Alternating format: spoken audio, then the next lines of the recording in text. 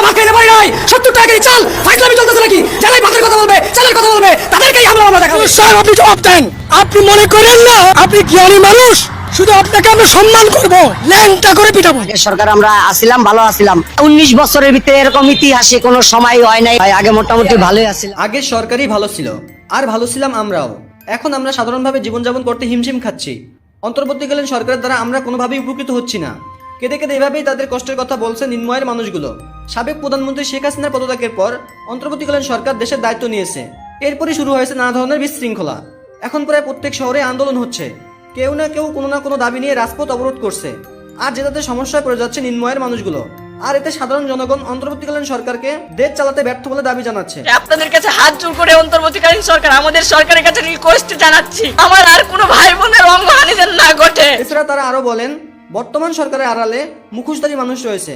আমাদের দাবিগুলো মেনে নিয়ে সরকারকে সাধারণ মানুষের পাশে থাকতে হবে। শুধু তাই নয়, এই অন্তর্বর্তীকালীন সরকারের সাথে উপদেষ্টারা দেশটাকে ধ্বংসের মুখে ঠেলে নিচ্ছে বলে দাবি তাদের।